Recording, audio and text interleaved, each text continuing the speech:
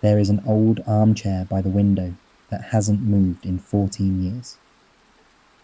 The fabric is faded exactly where Dorothy's hands have rested thousands of times.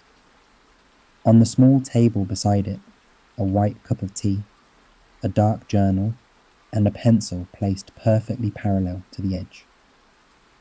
On the wall hangs a large map of Mount Everest, with a thin pencil line tracing the long route upward.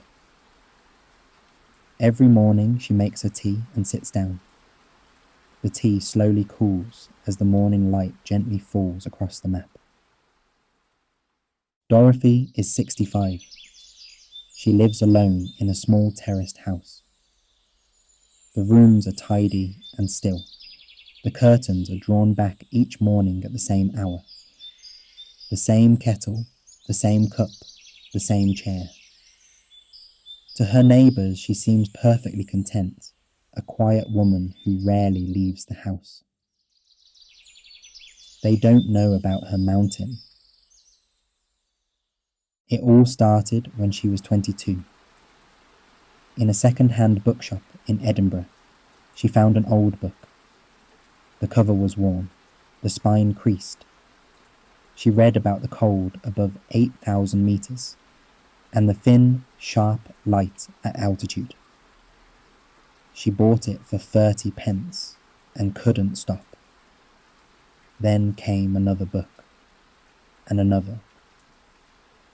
She studied maps, learned the names of the camps, and drew routes in her journal late into the night. She settles into the armchair, pulls a soft blanket over her lap, and closes her eyes. In her mind, she is no longer on Clement Street. She is at base camp.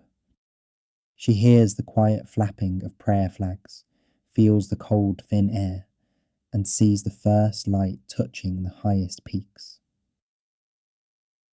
Her finger slowly traces the pencil line on the map, from base camp toward Camp 1, then higher. The tea grows cold, forgotten. Outside her window, life goes on. People walk their dogs. Children hurry to school. The postman passes by. But Dorothy is here, on this quiet street, and at the same time somewhere above 5,000 metres, where the air is very thin, and the sky is the deep blue that only exists at that altitude. Both worlds are real to her. In the evening she writes in her journal under the warm light of the lamp.